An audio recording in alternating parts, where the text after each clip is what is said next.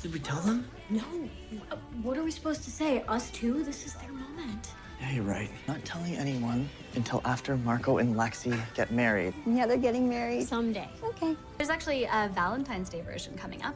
Find out if you and your sweetheart are compatible. Today we're gonna have some fun and see how well you and your special Valentine match. It's the way you look tonight. I think I would know because I wanted the drone to be playing it when it flew in with your engagement ring. What?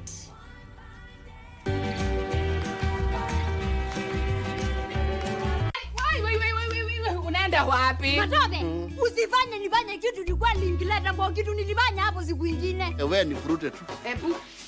Ama kama hii chakula hii inafanya watu wanashiba mpaka wanalala. Kuna mtu amegonga karai teke? Mimi sijaona mtu amegonga kalai. Kugonga karai teke ni Ni nani amekuva?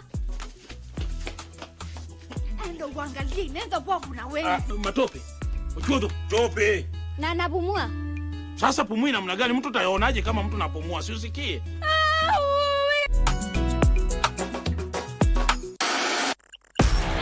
On KBC Channel 1, we are a TV station like no other. Get a taste of the best in entertainment. Yes, indeed. Feel the passion. Will you promise me? I swear that you will never lose me. I can't get married to you. I'm sure you knew about it! That's why you're making fun of me! Experience the drama. Get out! Who is the man in this one? And the laughter.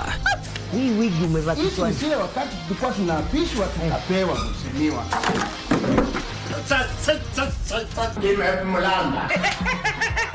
Move to the beat.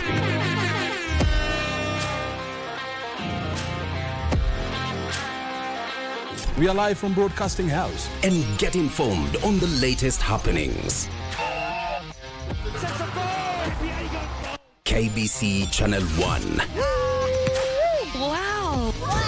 Yeah! We are the full package. Oh yes. And Kenya's watching. Thank you very much for joining us.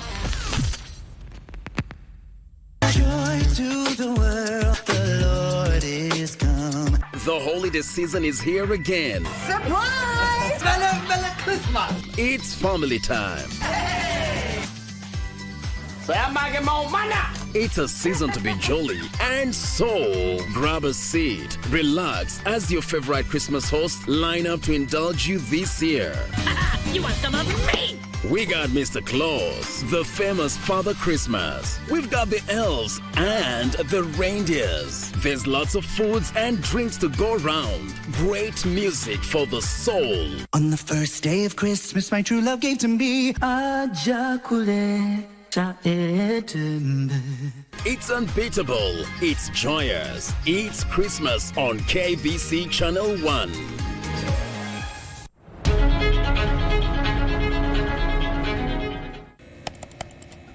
Technology has become a crucial part of our society. Without technological advancements, so much of our everyday lives would be drastically different. As technology develops, it strives to fulfill the changing needs of society. This means that technology exists to help us achieve the things that we wouldn't be able to achieve without it. Take on Tech looks at the advantages and downside of technological innovation in a world that is becoming increasingly dependent on new digital technologies. Every Monday at 10:30 p.m.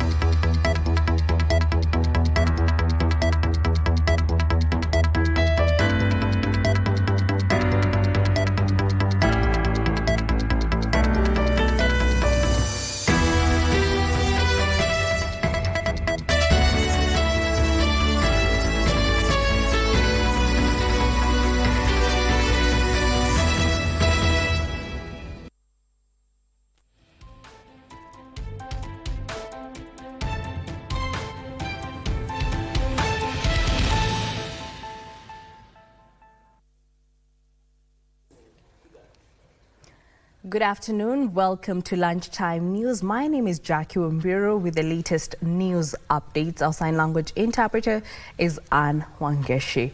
Now, to interact with us, do interact with us on our social media handles at KBC Channel 1. Now, to kick off this broadcast, we shall be crossing over to the Kenyatta National Hospital, where the Kenya Medical Practitioners, Pharmacists, Dentist Union has convened and is currently addressing members of before the state. Let's listen in.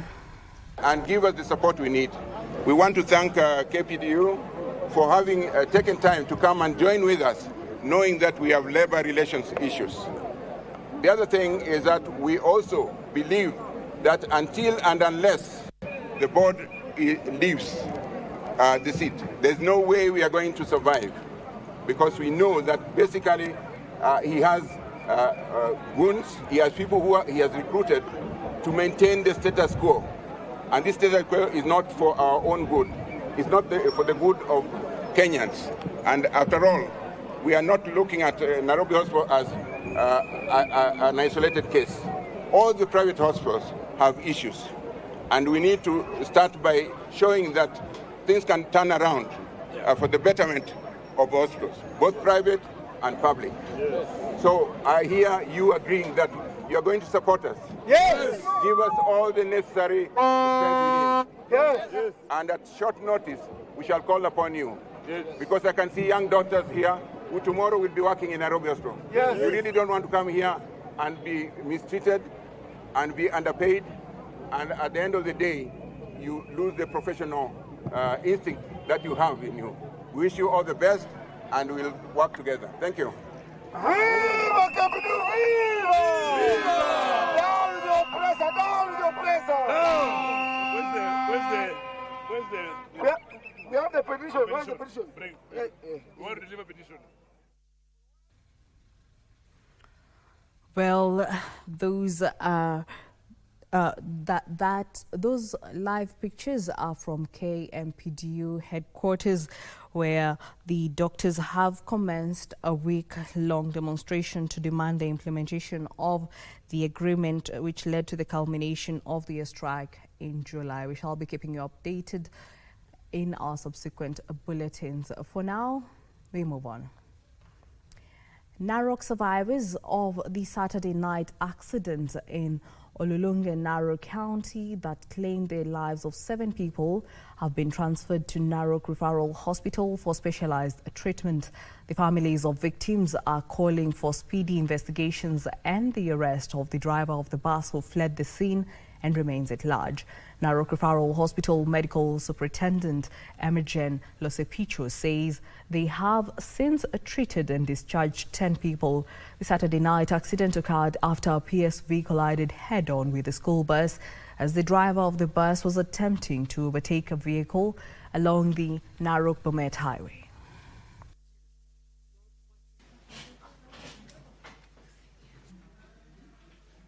Ile basi iliyofanya ajali ipatikana ilikuwa basi juu ilikuta kwa gari yetu, ilikuta gari yetu kwa pali kwa bridge. Hiyo gari hakuna pali ingetorokea. Ile gari iligongwa na ile basi na tukaweza kupoteza zaidi ya watu 6-7. So tunawapea pole wenye wale watu, condolences zetu kama kampuni tunawapa pole mingi sana.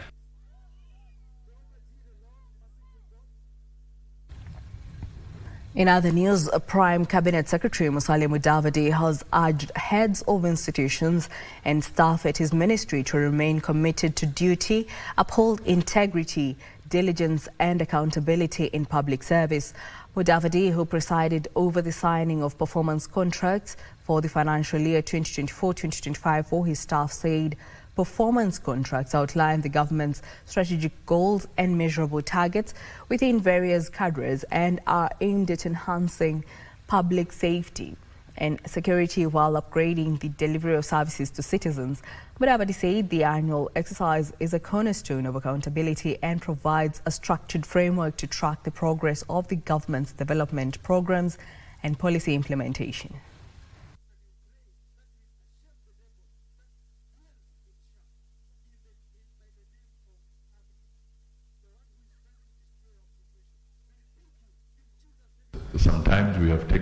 long as 3 months or 4 months before you sign with the other people, and that is not good practice. So before we take the break, it's important that we execute this so that January kicks off in proper earnest. We have continued to enjoy your leadership and your support, so that as we take off now, particularly some of our institutions that have not yet signed their pieces, as we take off now, I think the road ahead is much more clearer. Kibwezi West Member of Parliament Mwengi Mutuse has waded into the debate on the delay in constituting the Independent Electoral and Boundaries Commission, accusing Wiper leader Kalonzo Musyoka of stalling the process. Mutuse says the IEBC selection panel should be allowed to carry out its mandate for the commissioners to have adequate time to prepare for the next general election and also oversee pending by-elections in various regions. The MP spoke during the burial ceremony of Naomi Mulatie at Kalungu, Kibwezi West. Naomi was the mother of Flora Mulatie, former Kenya High Chief Principal and Kenya Education Attaché to Australia. Wale ambao mnafanya karata ya kutaka tusitengeneze IEBC, you must declare your intentions. Kwa sababu sisi mahali tulipo tunataka IEBC itengenezwe. We wanted IEBC last year. We wanted IEBC yesterday. We want IEBC today. And we know the people who are derailing IEBC ndio ionekane kwamba serikali ndio itaki IEBC. You get political marks. Na tunataka kueleza kwamba karata yenu tunaijua and we will not allow you to derail Kenyans. IEBC must be constituted. Wajukuu tafadhali na mkuu. The family of a 16-year-old girl is desperately searching for their daughter Maxine Tabitha Wainaina, a Form 3 student who went missing last week. The family says she was last seen near her home in Keno off Muhuri Road on Wednesday last week wearing a black hooded sweatshirt and orange trousers.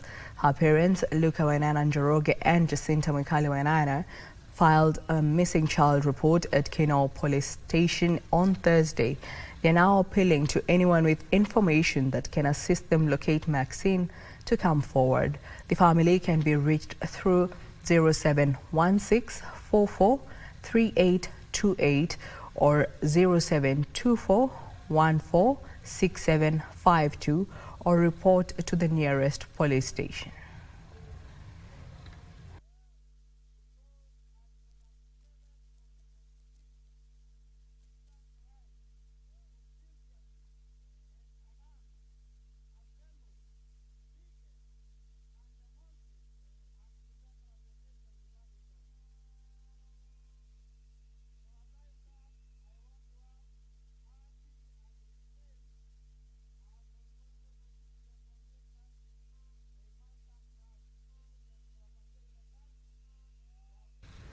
And still on health matters, we now cross over to Kenyatta National Hospital, where the Kenya clinical offices have resolved not to offer services to sharp patients over discrimination allegations. They're currently addressing members of the fourth estate. Let's listen in.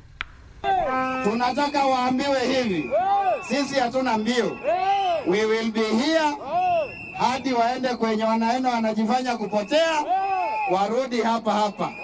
Lakini yale mashimo wanajificha, sisi na Wakenya ambao wanaumia chini ya mpangilio wa SHA, tutawatafuta, tutawatoa na tutaendelea kutoa maovu yao. The reason we are here, the reason we are back here today, ile sababu imeturudisha hapa leo, ni kwa sababu kuna ufisadi ambao uko kwa hii nyumba ya SHA. Na huu ufisadi ambao unaongelea unasimamiwa na yule ambaye ni mwenyekiti wa hii bodi na vikaragozi wake ambaye anaitwa Dr. Abdi Mohamed. Na sisi tutasema mchana jua ikiwa katikati. Na huu ufisadi uko hivi. Tumerudi mahali tulikuwa wakati ya NHIF, when there was a cartel that has its head in this building. It has its feet in the Ministry of Health. And the entire body lies in the Kenya Medical Practitioners and Dentists Council. And we know that SHA is being controlled from the Kenya Medical Practitioners and Dentists Council.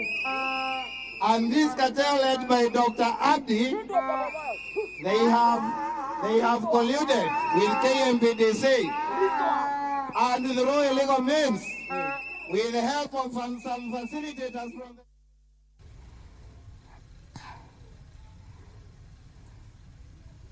Well, those are clinical officers who are now issuing the statement to the members of the fourth estate, saying that over 1,000 facilities owned by clinical officers have been denied contracts to offer services under SHA, despite doing so under the now repealed NHIF. Now, we shall be bringing you that report in our subsequent bulletins. For now, we move on.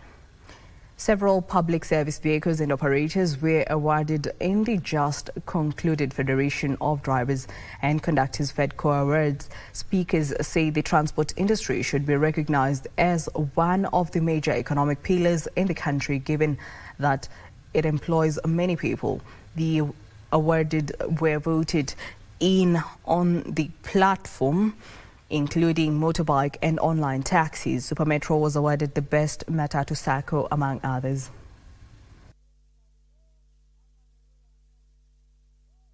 Ningependa kushukuru kila mtu aliyekuja kwenye kufanikisha hii sherehe ya leo ya Beba Awards. Hii sherehe itakuwa ya kila mwaka kuanzia leo onwards. Wote ni winners, sema tu ni ile makakati dakika za mwisho kwa sababu ilikuwa inaendelea kubadilika. Mimi ni member wa FEDCO na nakumbuka vizuri ya kwamba hii matatu industry mbeleni ilikuwa inadharauliwa sana. Ilikuwa inaonekana ni ya mikora, watu wajielewi, watu wamechanganyikiwa, lakini imeemploy thousands and thousands of young men. Na kama kuna industry imeshika vijana, wasiende kupiga ngeta, wasiende kufanya hii mambo ya femicide, mambo ya kuua wanawake, ni industry.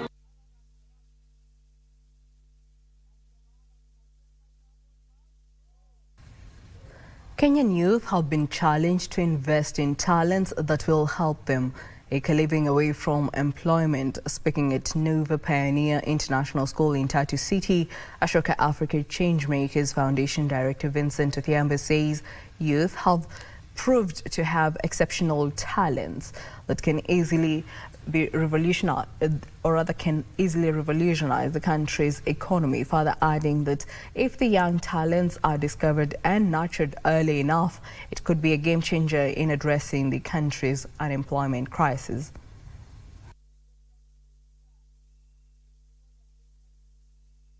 It's about them also getting to see the adult allies that are here to support them in their journey as change makers. For us to get to a world where solutions outmatch challenges, then we need to get everyone, and indeed even children, must be considered in that everyone a change maker world. If you want to be able to effect change in this country and across Africa, we have to start with children. Okay, we have to give them the skills that they need, which is above education, classroom education, is giving the critical thinking skills, problem solving skills. So I really encourage the adults who are within a school to do that. That way students can have the formal, very rich curriculum that is adopted in the school.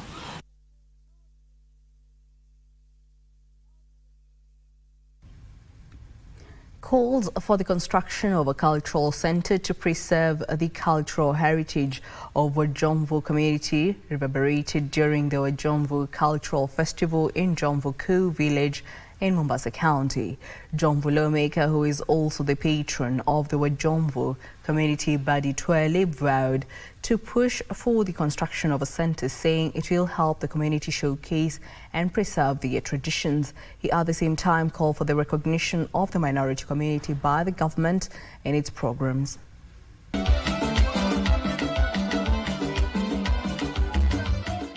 Pomb and color characterized the Wajomvu Cultural Festival in Jomvu village, Mombasa County.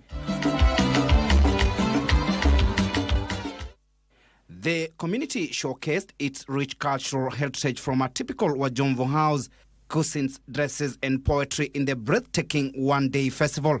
Kwa hivyo sisi tunaona kwetu tuna umuhimu sana na sisi pia hii kazi tufanye.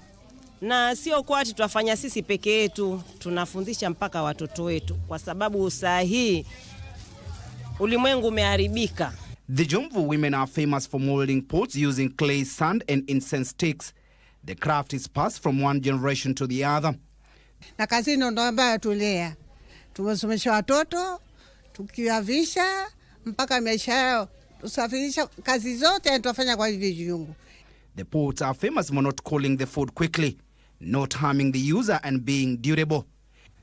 It is during the celebrations that a section of leaders call for the construction of a cultural center to preserve the cultural heritage of the Wajomvu community. Tutalobi kuona kwa center hiyo iwe na mashini za kileo waweze kufanya mambo yao ya pottery weaving in a large scale. Tradition iwe itakuwa iko pale pale na biashara iwe itapanuka pia pale pale. Led by Jomvu lawmaker Badi Twalib, the leaders vow to push for the construction of the center to showcase and preserve the traditions of the community. Tradition ya Wajomvu sio kazi ifanyike leo peke yake, sherehe ifane ikienda imeisha. Lakini lazima katika tourism circuit wazungu ama watalii wakija Mombasa waweze kuona hapa mambo yanayofanywa hapa ni vipi. They also call on the government to recognize the minority community in its programs. At the same time, the locals who have ventured into pottery business urge the government to assist them in accessing markets and set aside a facility to showcase their products. Sasa tungependa pia kupata soko wa ununuzi yani. Hapo tukipata wanunuzi, hakuna kitu tutaacha. Manake kama kitu wakinunua kwa gali, hata usuke umalize gali. Na kumbe huna market. Timothy Kipnusu for Lunchtime News.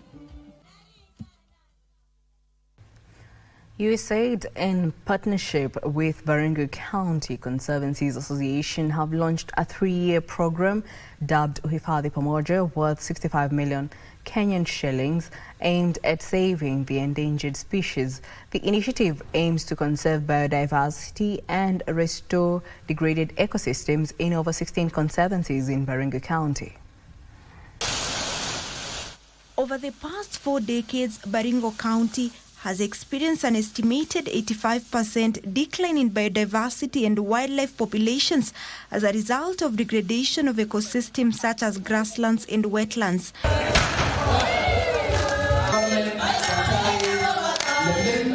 In a bid to address these challenges, a 3-year program dubbed Uhifadhi Pamoja program has been launched to help support conservation initiatives, build sustainable economies and reduce human-wildlife conflicts. Kuharibu haya mazingira, kusema ukweli wataendelea kuja na kuharibu pia mimea zetu ambayo sio nzuri. Private sector, we are very happy. We are going to work together, put resources and ensure that these conservancies have been mapped. The program, worth 65 million Kenyan shillings, is directly intended to benefit 9,630 households in Baringo County. To be able to build their capacity in terms of enhancing ecological monitoring of our wildlife and including also using digital means in monitoring wildlife. Opicho Chemtai for Lunchtime News.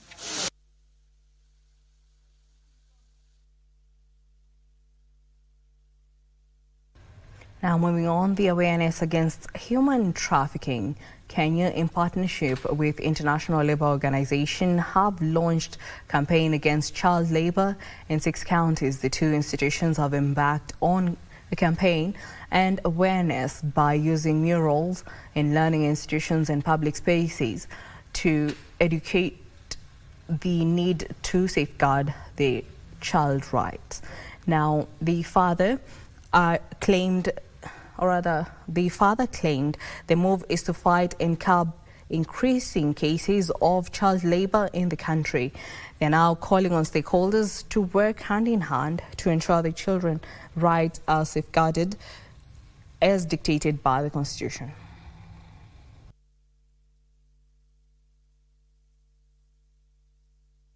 this also steals their future, the future to better life, future to education and better careers. And this takes us back to the same cycle whereby poverty is increasing and violation of human rights. So basically child labor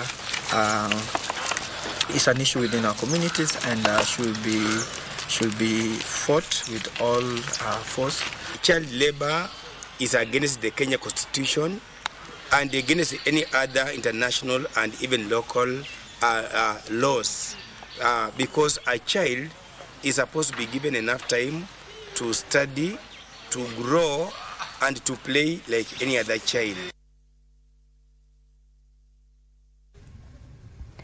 The spirit of the December holidays, often considered a time of giving and sharing, was alive at a children's home in KBC County. The founder of the institution made a surprise visit to the institution, which is home to vulnerable children, and donated goodies in the spirit of Christmas, including food and non-food items, and spent time with the children. The institution director, Faith Mora, urged Kenyans to embrace the season of giving and share with the less fortunate in society as the festive season kicks off.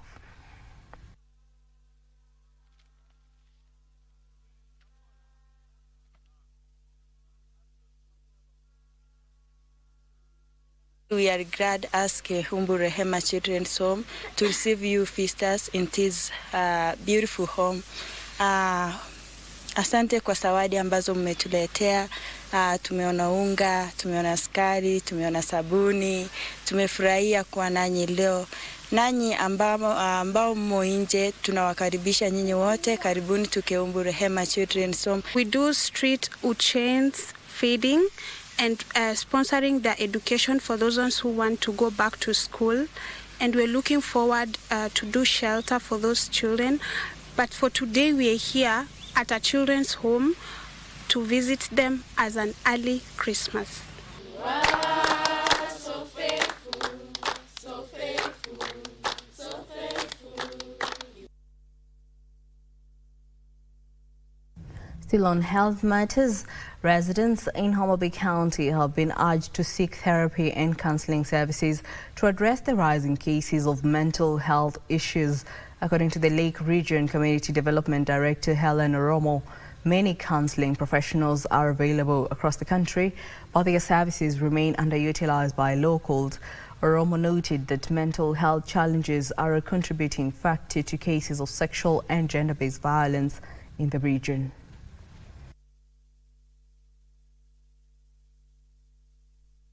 If we don't get counseling, you don't go for therapy. In short, you are nurturing a future perpetrator. Let us make use of therapeutic counseling so that we don't brood future perpetrators.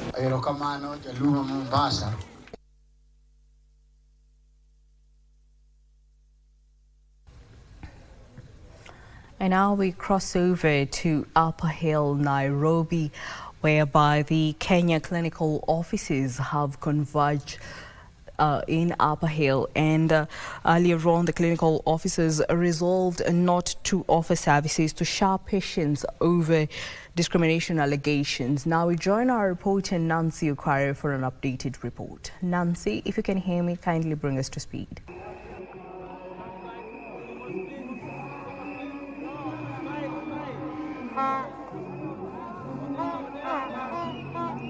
Well, a very good afternoon to you, Jackie Wambiru. We are coming to you live from the Social Health Authority headquarters right here in Nairobi County. We are following up on the demonstrations that are being held by the Kenya Union of Clinical Officers. It is a procession that started at Afia House, that is early in the morning, and later on the officers proceeded to the Social Health Authority. Their complaints, they are talking about discrimination by the Ministry of Health and, of course, the Social Health Authority. First of all, they are saying that hospitals that are owned by clinical officers countrywide have been denied contracts to serve patients under the Social Health Authority. And the clinical officers are saying that this is discrimination because during the National Health Insurance Fund that has been repealed, that is NHIF. Those hospitals were offering services, and right now they have been denied to offer the services. Actually, we are talking about 1,000 hospitals that are owned by clinical officers. They are also complaining about what they are terming a discrimination by the Social Health Authority and the ministry when it comes to pre-authorization for claims in order for them to perform various procedures. For instance, they are saying that for them to sign the pre-authorization forms, then they are supposed to talk to the KMPDC officials, and yet they have their own counsel. So they are saying that that is discrimination, and they want to be allowed to be signing their own pre-authorization claims.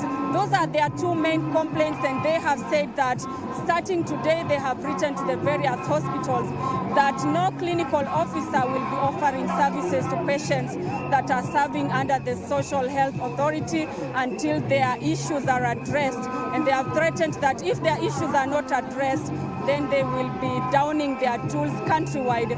And of course, those are some of the issues they are complaining about. They want the intervention of the president because they are saying that if Kenya is to achieve the universal health coverage goal, then those are some of the issues that need to be addressed, because clinical officers are very instrumental in this country, and they want the discrimination to be brought to an end. They are also complaining about the Social Health Authority requirement that for any patient to be treated, they have to start from the level 2s and level 3s before they are referred to the level 4 hospitals. They are saying that this has denied patients the urgent care that they need, because some patients may be coming in with urgent cases, and of course they will not be treated. Cases that cannot even wait for around 10 minutes, and hence if we are talking about referring them to the other hospitals, then it becomes an issue. So those are some of the complaints they have, and of course they have pitched camp here at the Social Health Authority offices. They want the resignation of the various officials because they are alleging there is corruption. We will continue keeping tabs on what the clinical officers are saying, but for now that is all we have gathered from the Social Health Authority, and for now it's back to you, Jackie Wambiru, at the Broadcasting House.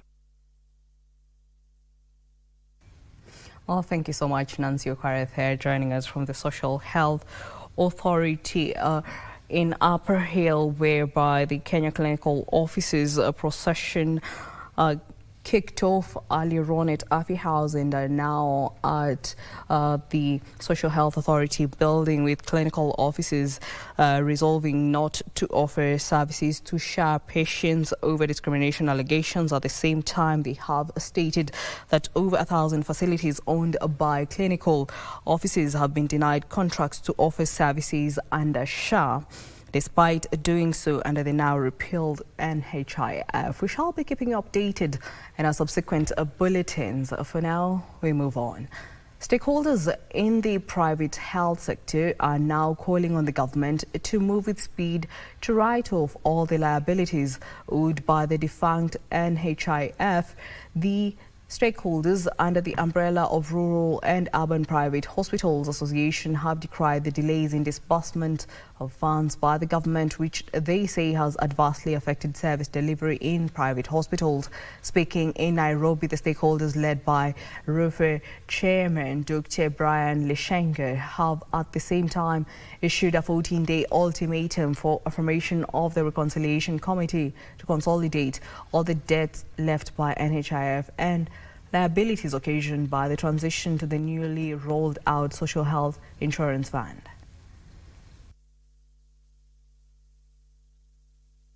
Schedule 50 of the SHE Act transferred the NHIF assets and liabilities, all of them to SHA. Why is it that it is okay to use NHIF caps to serve tea? Why is it that it is okay to use NHIF vehicles to move around the country, but it is not okay to pay NHIF debts? We are calling upon the Ministry of Health and SHA within the next 14 days, please institute a proper reconciliation process of the NHIF liabilities, number one. Number two, we want the report of the transitional committee that was appointed in February this year to be made public. Tumepoteza wafanyikazi wazuri kwa sababu hatuwezi kuwalipa. Tumepoteza biashara nyingi kwa sababu ya pesa ambazo zimefungiwa kule NHIF. Tunataka kusema ya kwamba hali hiyo si ya kufurahisha na hatutaikubali tena. Well, that report brings us to our first break here on Lunchtime News. Don't go too far, we still have more news coming up. Let's take that break.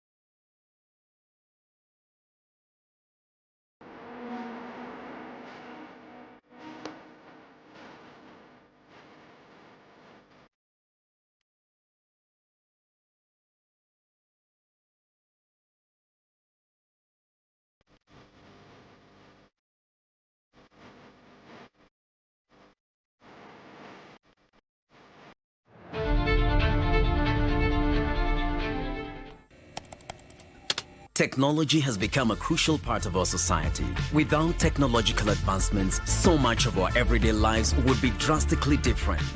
As technology develops, it strives to fulfill the changing needs of society. This means that technology exists to help us achieve the things that we wouldn't be able to achieve without it. Take on Tech looks at the advantages and downside of technological innovation in a world that is becoming increasingly dependent on new digital technologies. Every Monday at 10:30 p.m. The young generation awakens on Y254, the leading youth TV station in Kenya. We treat you to current affairs, entrepreneurship, health, and human interest conversations. It's art, it's culture, Movies, gossip and trends, sports, drama. We bring you a vibe like no other, straight to your living room. to keep you informed, inspired, entertained, and most of all, refreshed. We are such a vibe. Y254. Imagine.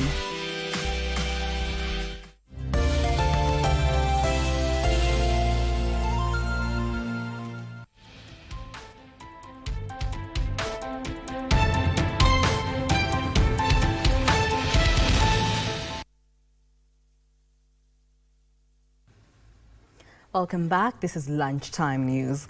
Faithful from the Salvation Army Nairobi Central Temple have held another demonstration to demand clarity in the management of the Salvation Army Nairobi Central Temple complex, a premise alleged constructed through the partnership with a local construction company. A section of the church leaders say the complex was allegedly supposed to be reverted back to the church in October 2023 after the construction company had recouped its investment. The matter has raised critical concerns among the church followers, with various attempts to engage the divisional commander and territorial commander for clarity being unsuccessful. In the meantime, the leaders have vowed to close down all the rental premises if the tenants do not comply with the set regulations.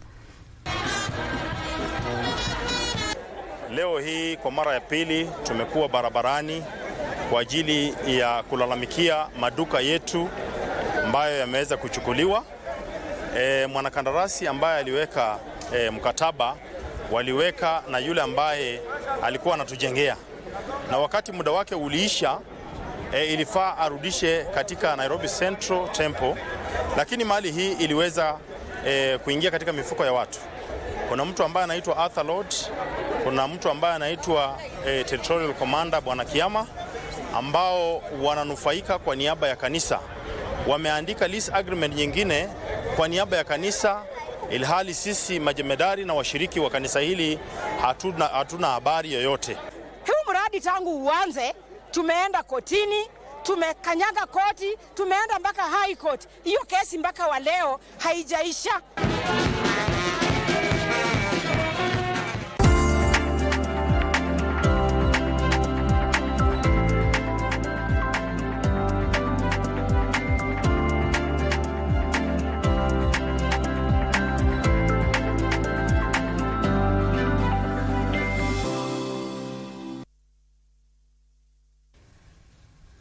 Now let's take a look at business news, where the automotive industry is calling for investor-friendly policies to support local vehicle assembling. Isuzu East Africa Managing Director Rita Kavasha says friendly policies will help create more employment opportunities. Vehicle imports were valued at 90 billion shillings last year, up from 84 billion shillings in 2024. Isuzu East Africa Managing Director is calling for more friendly policies to incentivize local auto assembly. In 2020, the production, the split between locally produced and imported was almost 50-50. But because of this new regulation, what is produced locally today is about 80%, and only 20% is coming in as imported. Speaking during the re-entry of UD trucks in the Kenyan market, Kavashe called for enhanced collaboration between local assemblers and other players to facilitate knowledge transfer and make Kenya a regional vehicle manufacturing hub. We are the logistics hub for the region, and customers are looking for durable products. They're looking for value for money. She says local assembled vehicles are tailored for local road conditions. Benson Rioba reporting for Lunchtime News.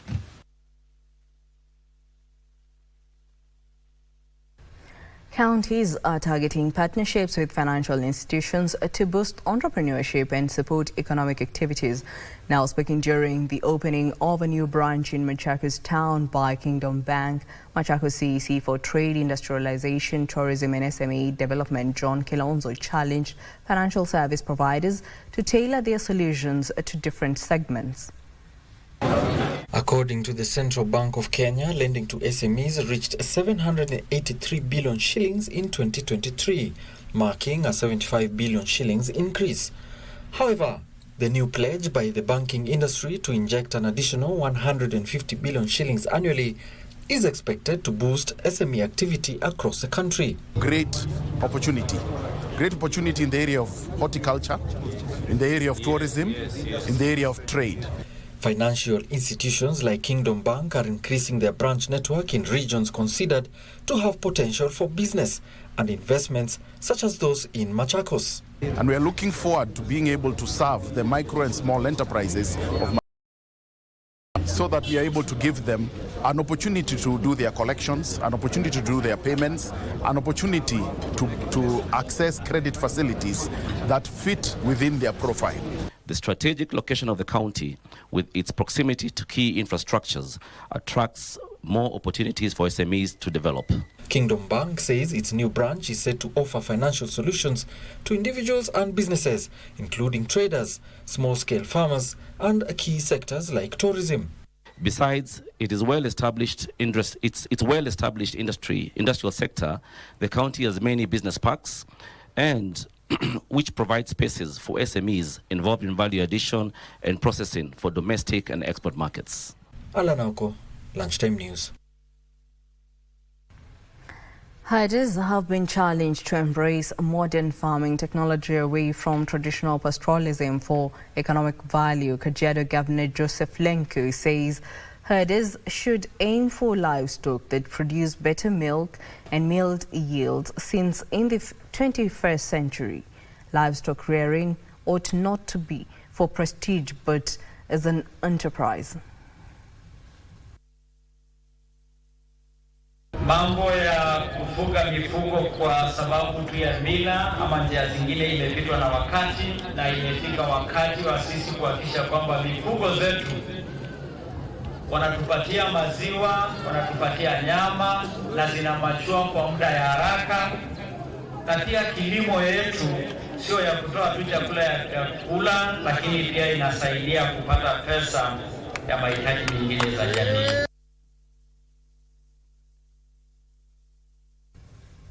The fisherfolk in Lamu have been offered modern fishing equipment, enabling them to venture into deep sea fishing. The equipment, which includes solar-powered refrigerators to reduce cases of post-harvest losses and fish production, is courtesy of the county government of Lamu and courtesy of the Northern Rangeland Trust.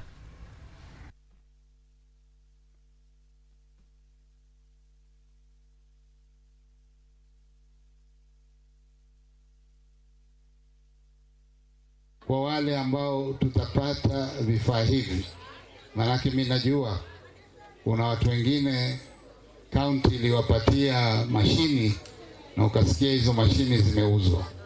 Tafadhalini, hizi mwapewa ili kuboresha maisha yenu, muzitumie ili mupige hatua nzuri katika maisha yenu.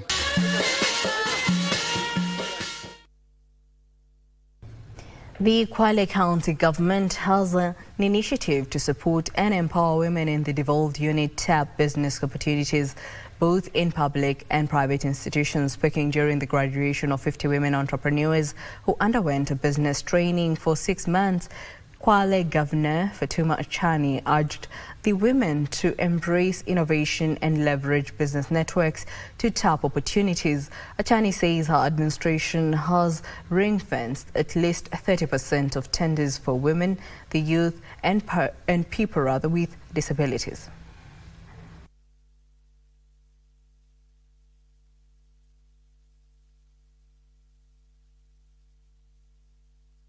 Kampuni biashara ya kufanya tenders, si kwa serikali pekee, lakini kwa organizations zingine, hiyo ndio itaweza kutupeleka mbele. Kwa sababu kwa mfano upate tenda ya milioni 2, kazi yenyewe hiyo iwe ya milioni 1,500,000, faida 500,000 uko mbele au uko mbele tena ya mara moja. Na sasa hivi nataka nishukuru, nilipoanzisha swala zima la kina mama na vijana kuunda kampuni, sasa hivi tumefikisha kampuni zaidi ya 300. Kina mama 50 hawa wametoka kuanzia Likoni mpaka Lungalunga. Tuliwachagua kulingana na auditions kama vile dada alivyosema, wakafanyishwa mafunzo, wakapitia mafunzo kwa muda wa miezi, kwa sababu ni program ambayo imechukua kama 6 months. Kwa hivyo ni kitu ambacho walikuwa wao na wenyewe pia wanapitia muda ambao walikuwa utawawezesha. Wengi wao kulingana na assessment ile ambayo imefanyika pamoja na staff wa taji langu pamoja na staff wetu, wale mabosi wangu ambao nafanya nao kazi kule base, tumeona kumekuwa na mabadiliko.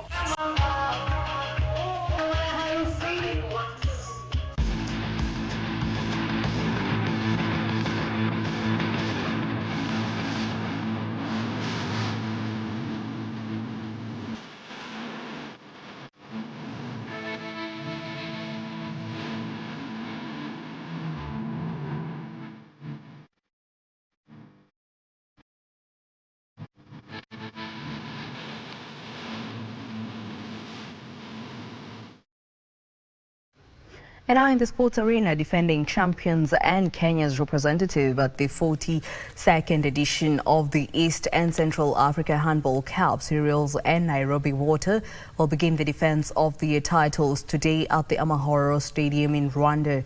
Cereals men will face Cobra of South Sudan this evening before their counterparts. Nairobi Water take on Uganda Police. In the women encounter, Cereals won the men's title last year in Nairobi after beating Gishumbi of Rwanda in the final, while Nairobi Water won the women's title after accumulating more points in their round-robin encounters.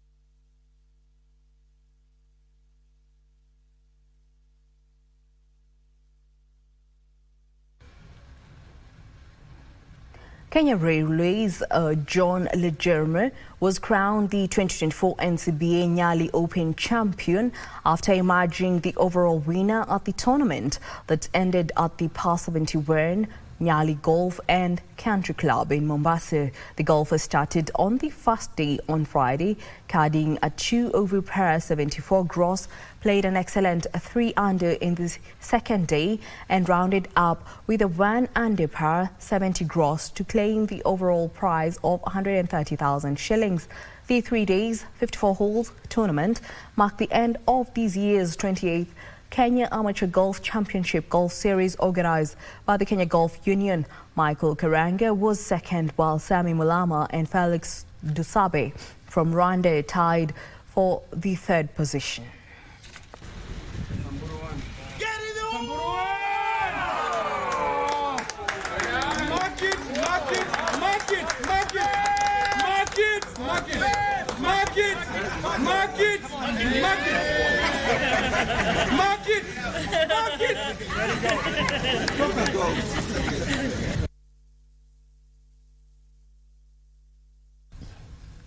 Southampton have sacked manager Russell Martin after a 5-0 thrashing by Tottenham last night left them 9 points of Premier League safety.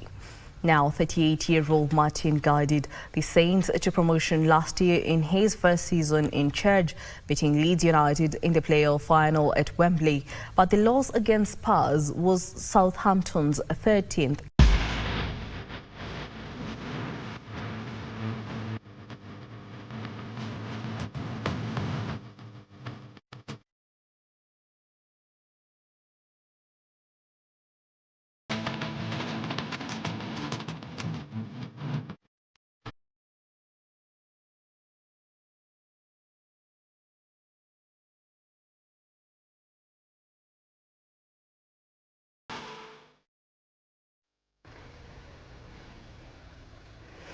And now in other news, gold mining is a cornerstone of the economy in Kakamega County, but in Ikolomani and Shinyalo constituencies, cultural beliefs have long excluded women from fully participating in this lucrative industry.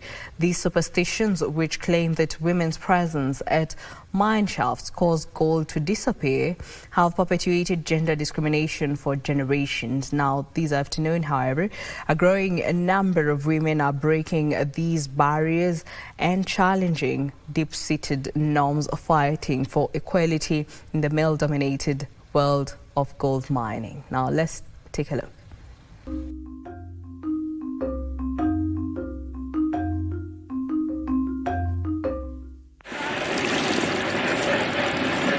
In Ikolomani, gold mining has always been more than just a means of livelihood. It's a cultural identity. Yet for women miners, this identity has often come with discrimination and exclusion. At the heart of this struggle is a long-standing superstition. Women are barred from approaching gold mine shafts, especially during menstruation, for fear of driving the gold away. This belief has not only marginalized women but also limited their access to equal opportunities in the industry. At the Bushangala mining site, Josephine Liabule and her peers have taken a bold stand against these outdated practices. Together, they have formed a cooperative to empower women miners, addressing the twin challenges of gender-based violence and economic exploitation. Kama unaingia kwa shimo na wanawake ndio wanakuja wanagonga wanaosha, kwa nini dhahabu isipotelee wakati wanaosha? So inafaa muelewe ya kwamba kuna uchoyo katikati ya kusema wakati wa mama wako hapa dhahabu itapotea, kwa sababu ingekuwa inapotea inafaa ipotee wakati hata wanaosha. This exclusion comes with a heavy price. Women are forced to buy uninspected stones from male miners, often at inflated prices. The result? Financial losses and in some cases sexual exploitation. Mama ameamua hata kuenda kununua mawe, lakini kuna ile uoga, haezi songea karibu jinsi tuko hapa. Na tunaona kama hapa side tumefence. Mama anaitwa kwa gate, leta gunia, kama ndio anasaidiana kwa upishi, wanaita jina kulingana na list venye wamefuatana. Na mama anapea soja ndio anachukua gunia, wanamwekea mawe nyaoni na analetewa na anarudi huko. By banding together, women in the cooperative now have a platform to advocate for their rights, receiving training and share resources. Through the Migodi ya Usawa project, run by Rising to Greatness, women have gained critical skills and a better understanding of their rights. Even in this male-dominated space, allies like Watson Liponi are emerging. Watson, a miner who has seen the impact of discrimination firsthand, now champions equality, emphasizing that women are equally capable of handling mining operations. Unaweza pata this site, it is fully accepted as a woman cooperative or a woman site. But utoka hapo uende to the other side. Bro atakwambia una advocate nini kwa wanawake, at the end of the day mwanamke hizi ingia kwa shimo. Yet challenges remain. Men still dominate leadership roles and women are often excluded from critical decision-making processes. Yes, kuna mambio huko ndani hatukatai, but at least you're trying to equip women slowly by slowly because it's a learning process. At the end of the day, they need to learn. And equipping them with the enough knowledge ya kufanya kazi pale ndani, ndio itakuwa the basic foundation of all this activity. Efforts to challenge these norms are gaining momentum. Halima Nyota, an advocate with Rising to Greatness, believes that education and male allies are pivotal to dismantling harmful beliefs. According to the culture, they believe that by the virtue of women getting close to the site, the gold is going to disappear, women being barred from taking up leadership within the sites, but also the aspect of not being denied the knowledge on the specific price of the gold commodity, and this is diplomatically and structurally designed to exploit women economically, because by the virtue of women not going close to the site, they will not be able to know the exact ore that has been extracted, and then of course they're going to be deprived at the end of the day. By the women not knowing the exact price within the sector, it means somebody is going to undervalue their commodity that they have extracted. For the women of Ikolomani, this fight transcends mining. It's about rewriting cultural narratives that have held them back for generations. As an organization, what we have done is working closely with men who own sites and landlords in these spaces to be able to change the narrative. By claiming their place in the mines, they are also reclaiming their voices, dignity, and a rightful share of the community's wealth. Their determination serves as a beacon of hope for Ikolomani and other countless women striving to overcome similar barriers. Jackie Wambiru, My Culture.